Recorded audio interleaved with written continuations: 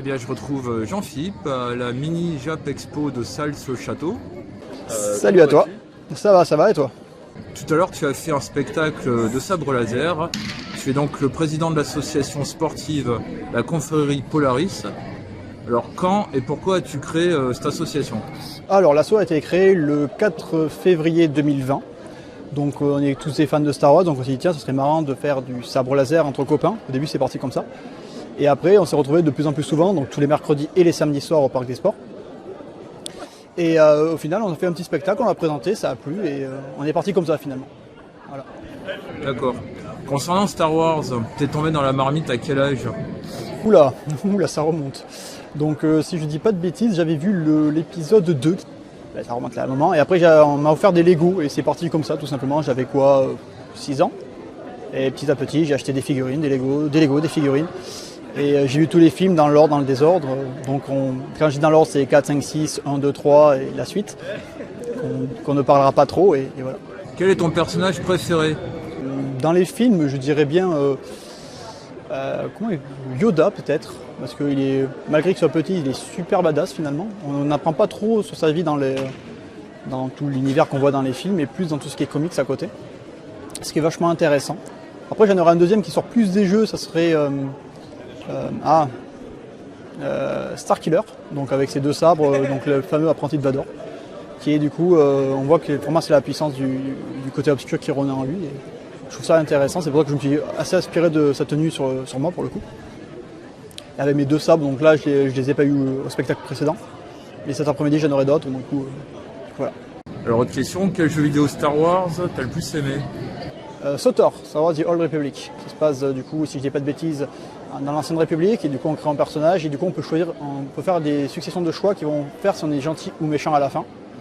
À peu près comme Fable, un autre jeu où on peut faire des choix, qui modifie un petit peu le dessin du personnage. Donc c'est assez intéressant de customiser son personnage de A à Z, même jusqu'au comportement. Pourquoi as-tu l'idée de créer l'association? En fait tout simplement pour faire vivre du coup l'histoire Star Wars, en fait, de l'agrandir, parce qu'on a tous, dans l'asso, on crée tous des personnages un peu inédits, qui sortent un petit peu de l'histoire de Star Wars qu'on peut voir, et on les fait interagir dans les spectacles avec de l'histoire, des combats. Donc ça rajoute un petit peu finalement du lore en fait au Star Wars qui est déjà étendu. Donc là par exemple actuellement avec l'asso on fait aussi une murder party, donc on écrit un petit scénario qui se passe dans l'univers de Star Wars, mais pas réellement officiel, mais du coup indirectement ça fait de l'histoire supplémentaire, donc on intègre finalement avec le temps. C'est assez sportif. Oui, clairement. On a fait là, actuellement, on fait 2 entraînements par semaine, donc le samedi et le mercredi, de 2 heures à peu près. Donc grossièrement, c'est une demi-heure, 3/4 d'heure de conditions physiques, tout ce qu'on peut savoir, cardio, bras, jambes. Et après, du coup, c'est révision du chorégraphique, donc spectacle ou création. Et tout simplement, après, on fait tout ce qui est combat libre, en fait, du vrai combat. Donc on fait une arène, et avec les bâtons en mousse qu'on a actuellement ici à la convention, on peut se taper dessus sans vraiment se faire mal, en faisant des vraies techniques. Mais c'est les techniques de Star Wars?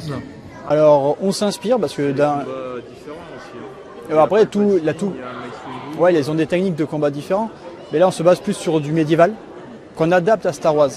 Parce que dans le médiéval, on a tous des épées avec des gardes. Là, à Star Wars, on a des sables laser sans garde. Donc forcément, il y a plein de prises, ou comme les prises de fer, qu'on ne peut pas faire. Donc on adapte tout ça avec les mêmes mouvements. Combien il y a de membres? Alors actuellement, on avoisine les 30 membres dans l'asso. Donc on a plafonné l'asso à 30 parce que après, aux entraînements, je suis pas prof. Donc du coup, c'est compliqué de gérer 30 personnes d'affilée. On m'a expliqué que par rapport aux assurances, c'était un peu bloqué. C'est ça, en fait, on a pris l'assurance pour grossièrement 30 personnes. Et du coup, c'est pour ça qu'on a limité à 30. Après, peut-être que dans un jour, peut-être qu'on agrandira finalement la limite en augmentant l'assurance. Combien est l'adhésion? Alors, l'adhésion. Là, pour le coup, l'adhésion pour majeur, donc non étudiant, c'est de 50 € l'année, donc de septembre à septembre. Tout ce qui est mineur, c'est 25 € et tout ce qui est étudiant, c'est 30 €. Toujours de septembre à septembre. Est-ce qu'il faut avoir son sabre laser ou c'est fourni? Ah non, le sabre laser n'est pas fourni, malheureusement. Après, sinon ça coûterait beaucoup plus cher, forcément, l'adhésion. Mais on a un partenariat avec des groupes de sabre laser pour les avoir beaucoup moins chers. Et le costume? Le costume n'est pas fourni non plus. On a quelques tabards qu'on a fait pour de la vidéo, parce que pendant un temps, on avait l'idée de faire une web série, qui est toujours d'actualité d'ailleurs. Donc on a fait quelques équipements qu'on prête à ceux qui n'ont pas d'équipement. Et à la longue, dans l'asso, tous les gens ils font leurs costumes, créent leur personnage, comme je disais tout à l'heure. Et donc, pour que ce soit bien clair avec les auditeurs de Zone Imaginaire, c'est une association sportive de chorégraphie. C'est pas comme j'ai vu ailleurs du sport. En fait, on fait les deux. En fait, le côté sportif au début, bien sûr. Forcément, il faut garder un certain physique. Et après, tout simplement, on apprend des mouvements en chorégraphique, mais aussi des mouvements en combat libre. On fait les deux. On est plus penché sur le chorégraphique parce qu'on a beaucoup de dates avec de spectacles. Et quand on a la possibilité, on fait du vrai combat en parallèle. Du coup, le tournoi de sabre laser existe en France par la Fédération française d'escrime. Sauf que pour le coup, nous, on est plus dans le chorégraphique. Bon, on ne s'est pas réellement lancé dans le combat libre en compétition, mais peut-être qu'un jour, en fonction de la demande des membres, peut-être qu'on s'y mettra correctement. Qu'est-ce que tu penses de la mini Jap Expo de Sals? Alors là, c'est la première édition, donc on ne peut pas allemand juger. Moi, j'aime bien, pour le coup. C'est familial, c'est convivial. Il n'y a pas beaucoup de monde. Après, forcément, c'est la première édition, donc on ne peut pas dire grand-chose. Et l'initiative?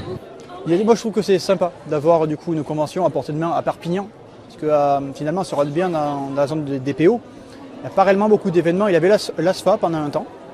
Mais l'ASFA n'y est plus. On a l'ACA. On a Medigeek à Totavel. Mais mis à part ces deux, on n'a pas des masses. Alors, on a eu la Japan Expo, je crois, ou un truc comme ça. Oui, à Perpignan. Mais à part ça... surtout l'initiative que les dons, ça va leur permettre d'aller au Paris Manga. C'est ça, donc finalement ils font pas ça pour faire ça, ils ont quand même derrière un but à atteindre, c'est pour aller dans les autres conventions plus grosses. D'accord, écoute, je te remercie. Avec plaisir. Et puis à bientôt dans une autre convention.